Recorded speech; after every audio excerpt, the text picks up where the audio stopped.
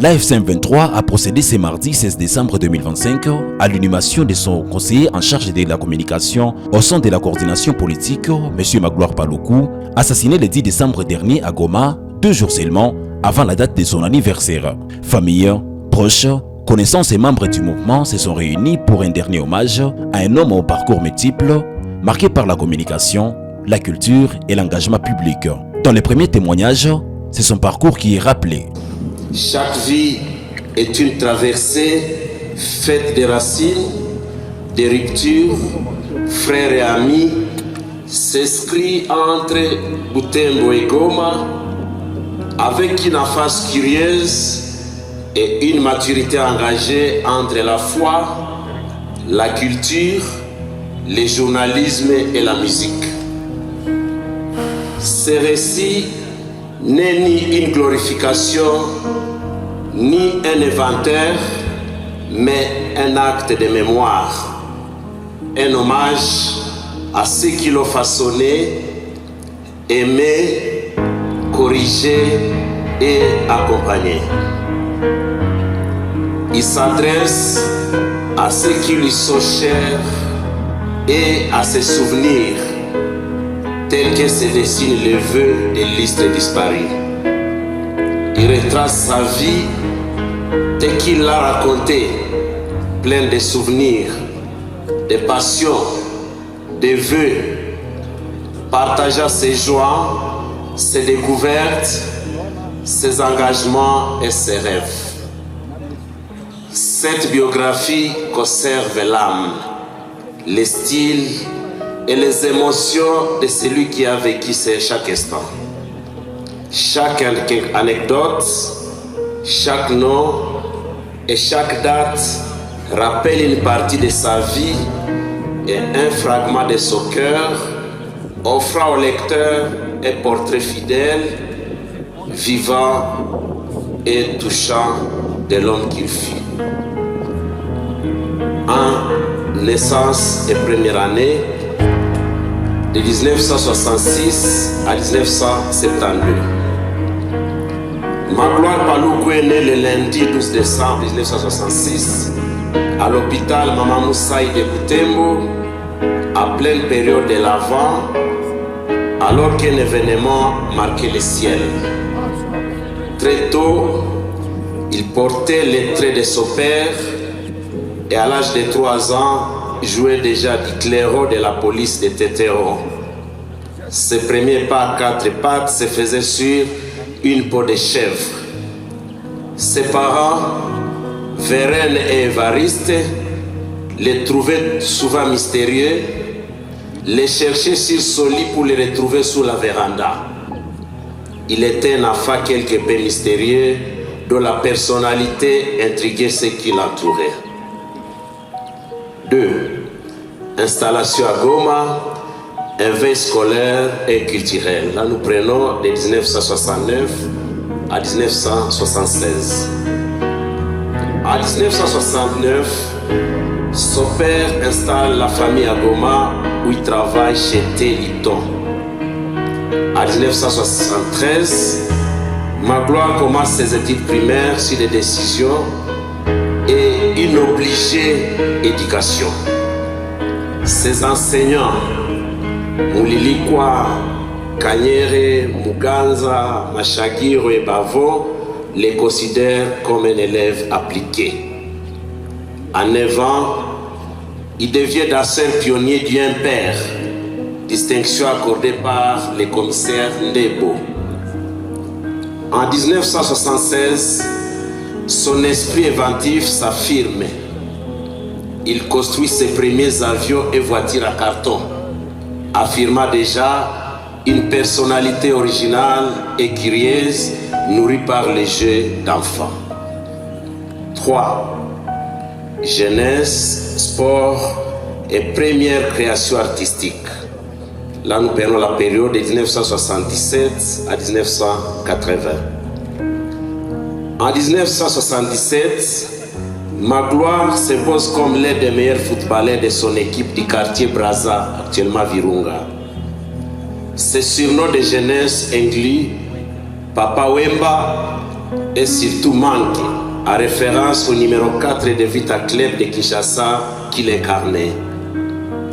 En 1978, il écrit ses premières chansons et devient chanteur, micro à plastique, Livio à la main.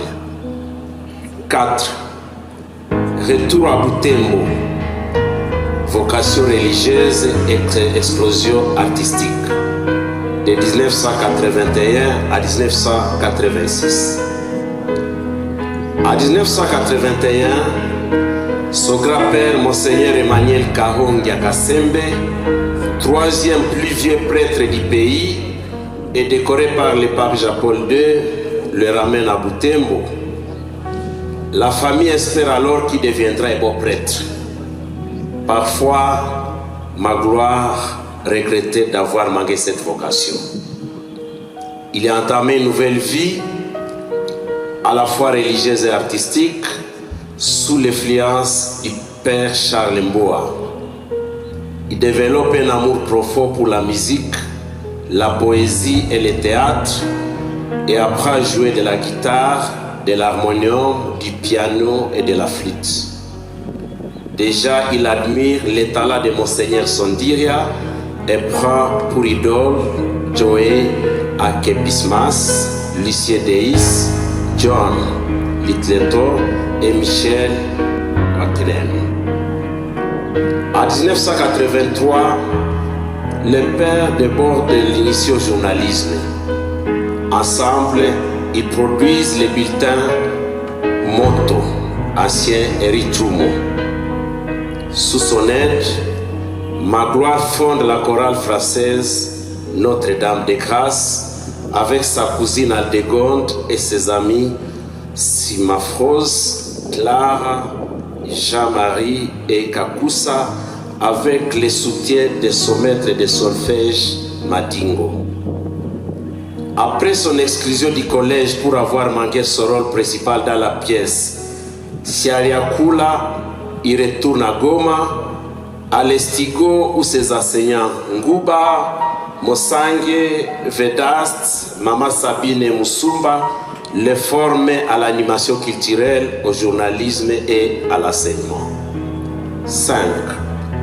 Enseignement, théâtre et journalisme engagé, de 1987 à 1995. En 1987, Magloire devient enseignant au collège Mwanga. Il y crée les génies en herbe avec ses élèves, écrit ses pièces de théâtre dont Meurtre sur le boulevard Champagnat et compose ses premiers chansons à succès, Tribalisme, Les hommes loups, Dada, Baba Yako Akuoui. Il fonde le bulletin Terre des Hommes sous la direction de Nonès Mbayou et des Belges William et Monique Delers. Participa à ses premiers reportages difficiles sur la CPGL avec le journalisme de Jeune Afrique, Marie-Rose Biloa et Senem Andrea Mirado.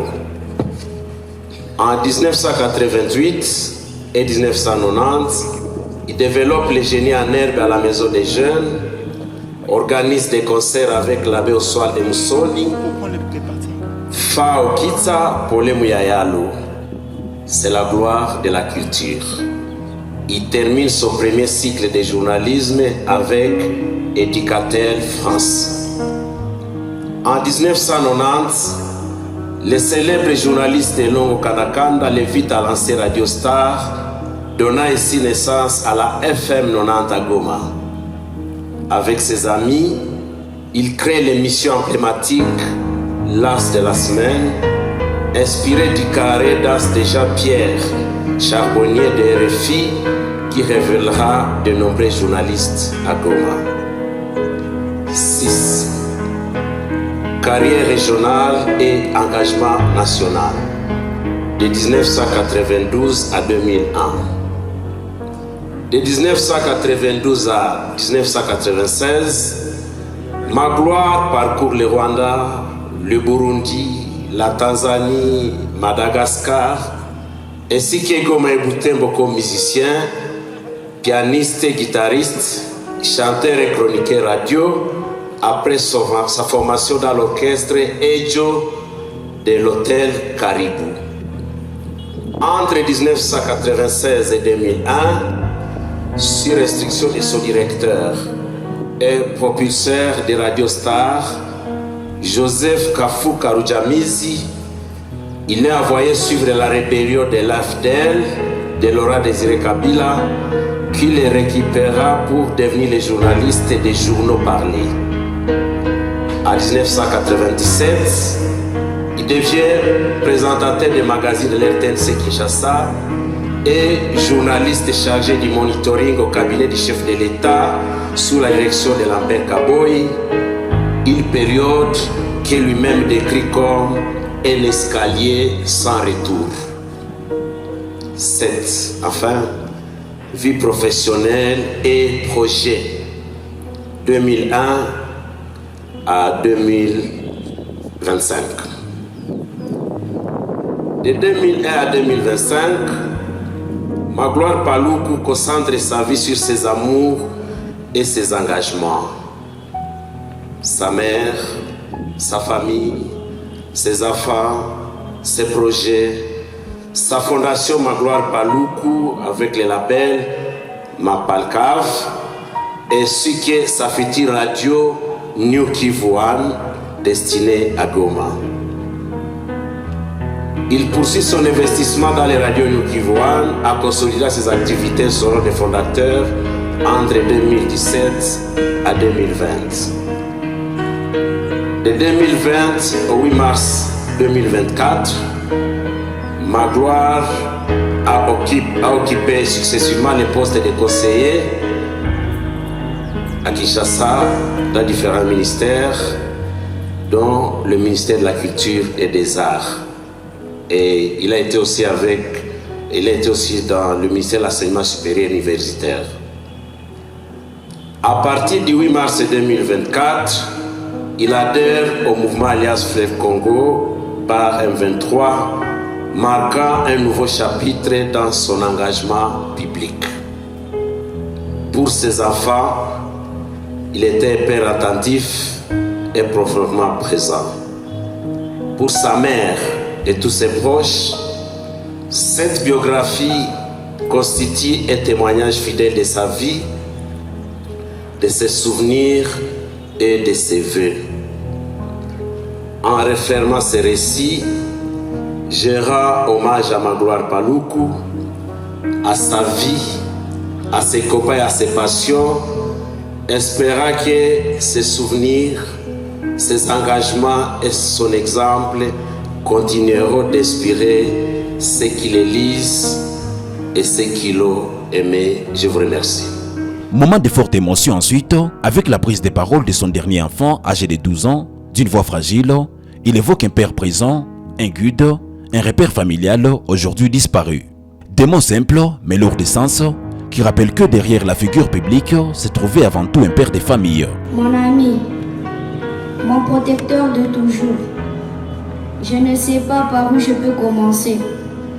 Je devrais d'ailleurs commencer par te dire que je t'aime de tout mon cœur, que je suis fier d'être ton fils, parce que j'avais ma très chère mère qui me parlait de toi tous les matins quand je me réveillais et chaque soir quand je dormais.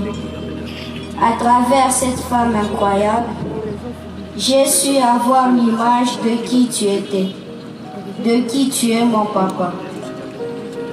Elle me disait que tu étais toujours en vie pour nous assurer une bonne vie. Aujourd'hui, je te dis merci, mais aussi merci au Seigneur notre Dieu. Quand tu es venu, j'ai eu le bonheur de passer du temps avec toi pour te connaître davantage. Je me souviens du jour où tu m'as offert un amplificateur. Je me souviens de ta visite à l'hôpital quand j'étais malade, à ma proclamation aussi. Et surtout, nos sorties en toute intimité entre père et fils.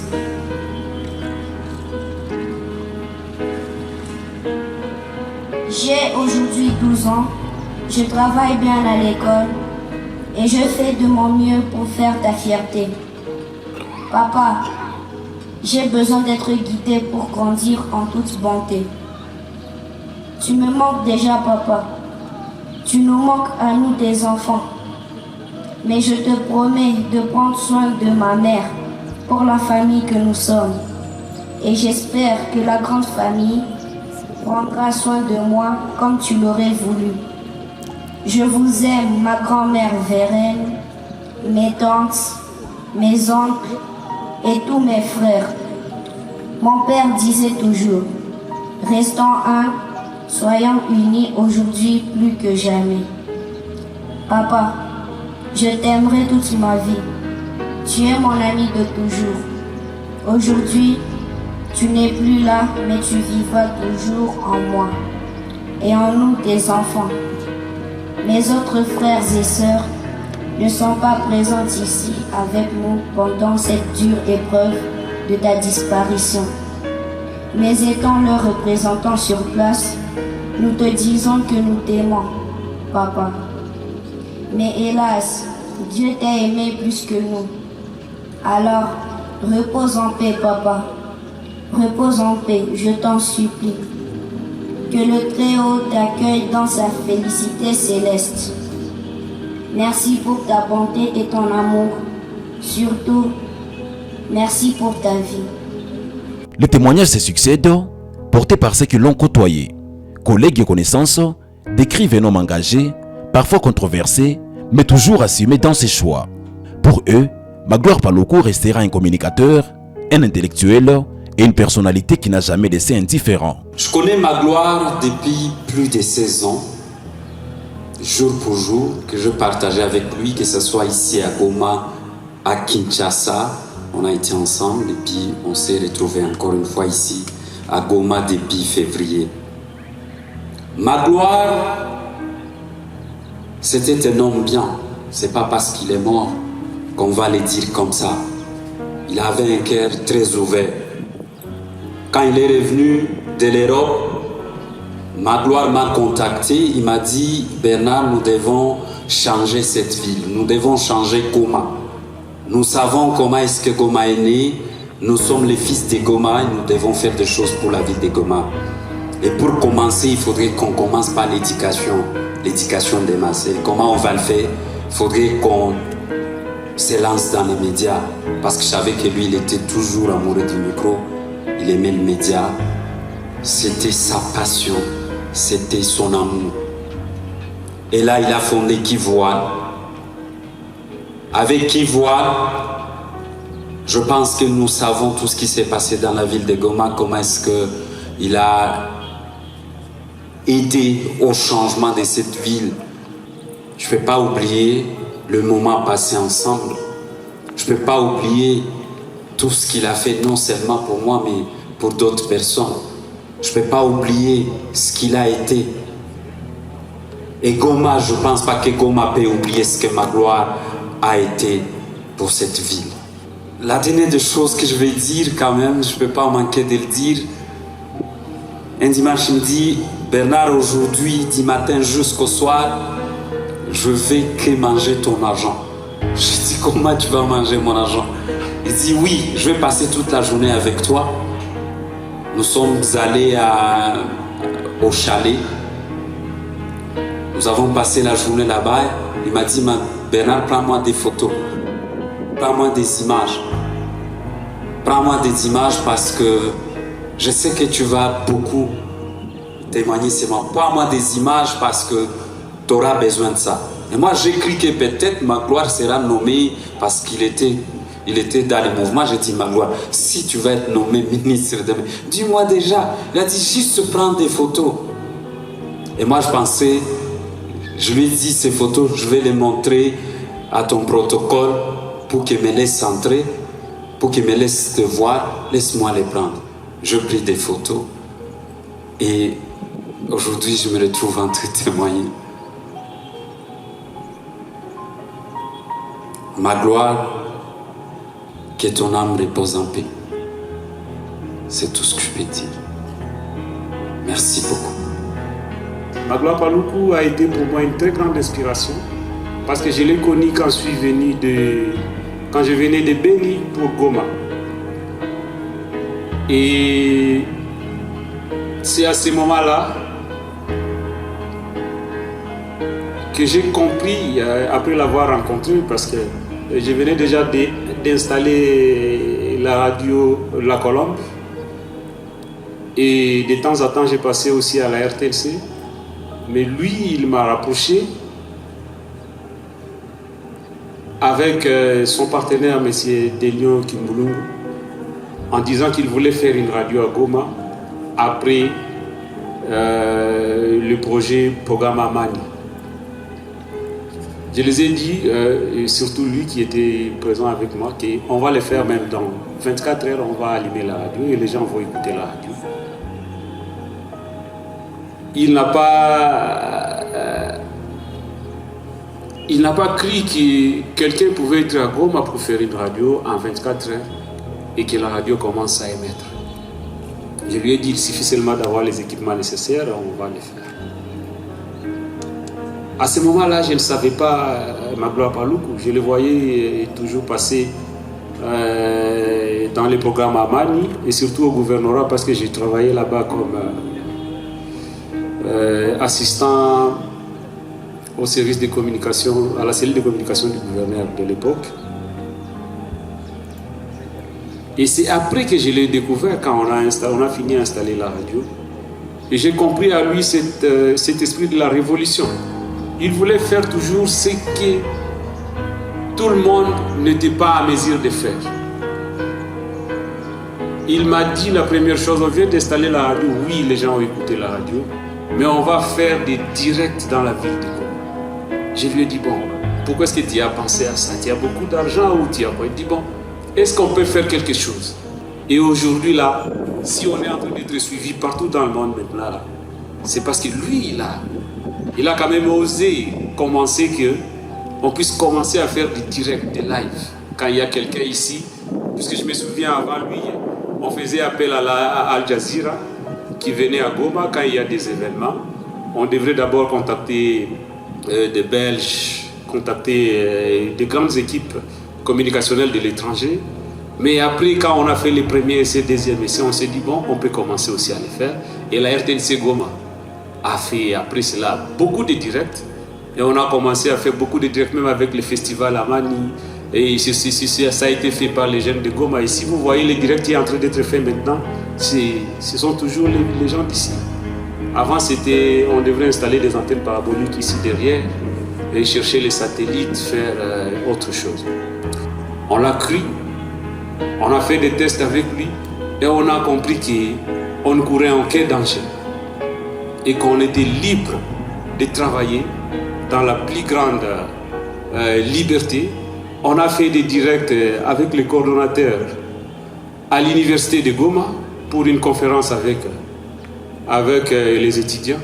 Et on a compris en face de nous qu'on avait plutôt des intellectuels et des gens qui vont continuer. Si je parle de ce combat, c'est que si j'ai réussi à résister, même à rester à Goma, c'est parce que lui, il m'a convaincu et j'ai vu que ce qu'il était en train de faire était beaucoup plus juste. Je vais chuter par un point où Magloire Paluku, nous allons toujours continuer à les considérer comme les plus grands formateurs des médias. Parce que, comme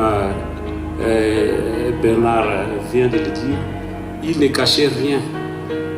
Quand Bernard est venu, on était avec lui au studio de Radio Kivu 1 et qu'il voulait faire la radio. On a même fait un devis pour lui, disant bon, tu dois acheter ça, et on achète ça, ici et là. Donc si je pleure aujourd'hui, Magloire Paluku, je pleure à un associé et une très grande personne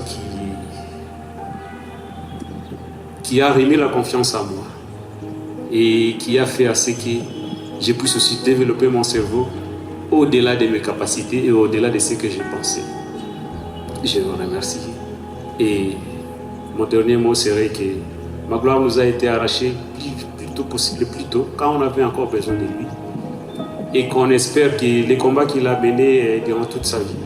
Et comme on a essayé de comprendre un peu sa philosophie, on va continuer aussi à les poursuivre à son honneur. Merci. Aujourd'hui, nous nous inclinons devant la mémoire de Magloire Paloukou, notre camarade, notre frère, un homme dont le nom restera inscrit, non dans la poussière d'un combat, mais dans la lumière de son sacrifice. En tombant, Magloire n'a pas laissé un vide, il a laissé une trace de loyauté, d'honneur et d'amour pour les siens. Une trace qui nous rappelle que la dignité n'est pas un mot, mais une conduite, que le courage n'est pas un cri, mais une manière de vivre. Magloire Paloukou rejoint aujourd'hui le cercle de ceux qui ne meurent pas réellement, ceux dont la vie continue dans chacune de nos décisions, dans chacun de nos pas, dans chacun de nos engagements. Qui l'eût cru, qui l'eût pensé, Magloire Paloukou, cet homme de lettres, homme de culture, notre poète, acrobate invertéré du verbe, un humoriste hors pair. Oui, Magloire avait de l'humour, ce don rare, presque miraculeux, celui de faire sourire, même lorsque la vie se faisait lourde. Son humour n'était ni léger ni futile, il était intelligent, fin, profondément humain. Par une parole juste, un trait d'esprit, une ironie bienveillante, il savait désarmer la colère, apaiser les peines et redonner le courage au cœur fatigué. Il est tombé, mais il ne s'est pas éteint. Il vit désormais dans notre engagement, dans chacun de pas que nous ferons sans faillir, dans chaque combat mené avec honneur jusqu'à l'aboutissement de l'idéal pour lequel lui et nous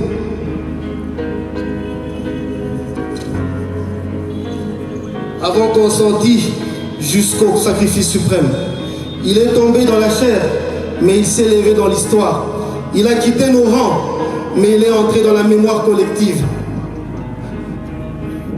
Son sang ne crie pas vengeance. Il exige la fidélité. Fidélité à la liberté. Fidélité à la justice. Fidélité au combat que nous menons aujourd'hui jusqu'au bout pour le peuple congolais. Conseiller Magloire, tu vas beaucoup nous manquer. Ton sourire, ta voix, ton humanité resteront à jamais dans nos cœurs. Que Dieu le Tout-Puissant, l'éternel Dieu des armées, l'éternel Dieu de notre armée, l'armée révolutionnaire congolaise, te réserve une place au paradis. Que ton âme repose en paix. Adieu champion, adieu mon ami, adieu conseiller Magloire. Nous resterons dignes de ton sacrifice. Merci pour votre attention. Votre parcours est comparable à celui de Patrice Emery, nous et Laurent Désiré Kabila, que vous avez accompagné pour la libération de la RDC au pays du sacrifice.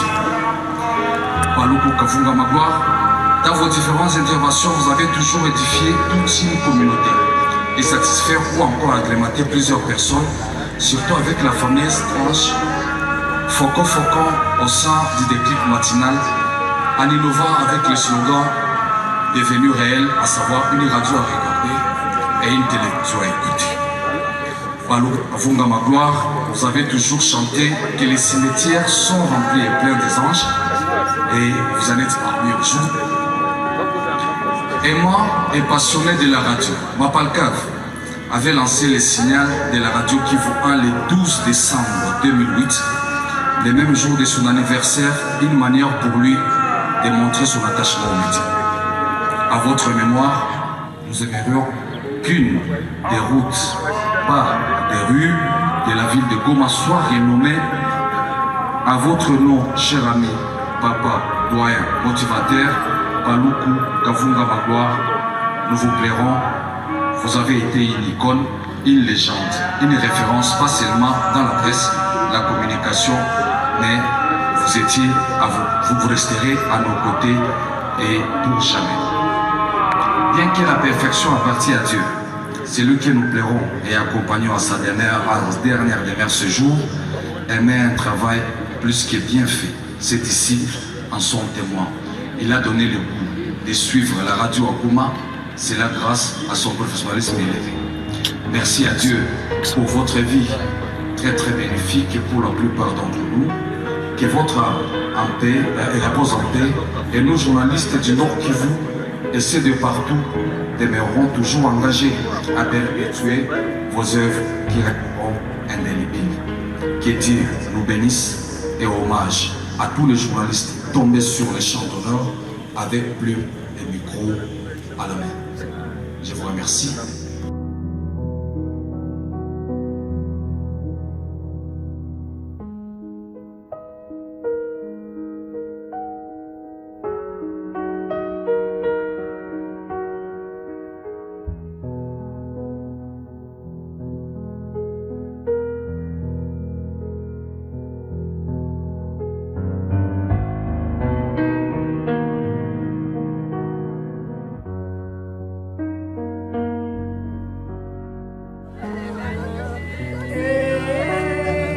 L'un des instants les plus bouleversants reste la parole de sa mère biologique. Entre douleur et dignité, elle exprime la peine d'une mère qui enterre son enfant. Un témoignage qui dépasse la considération politique pour rappeler la dimension humaine et universelle de la perte. Upumzike na Yesu wako. Nilikuzalaka siku 12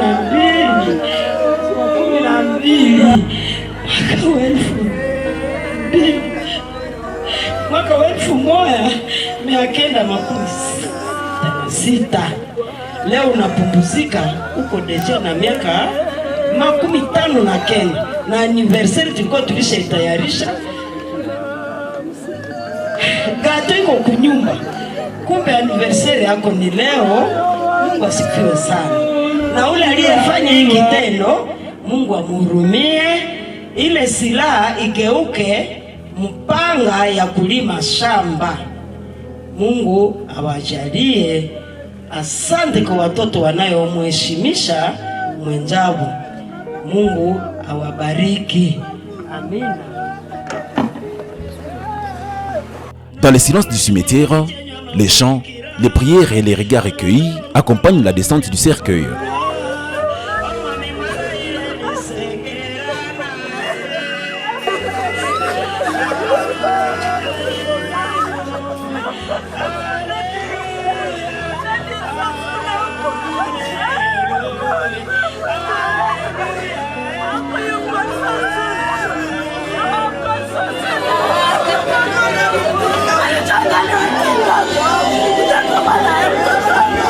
Mungu wa Israeli, tunakupatia asante, tunakushukuru sana kwa kipindi yote nafika. Kila mtu kuna mwanzo na kila mtu kuna mwisho. Tunamwacha mtumishi wako mkononi wako. Alifika mkanisa siku 3 afanya kufa na nyambia Baba, sisikie mwili mzuri unaombea, na tukaomba Mungu kumbe ilikuwa njia ya safari yake. Bwana umpokee na amani na kima yote. Akaheshimu damu yako itawale hapa. Wakati wa ufufuko wa mwisho tufufuke nafasi moja katika jina la Yesu Kristo wa Nazareti. Amen.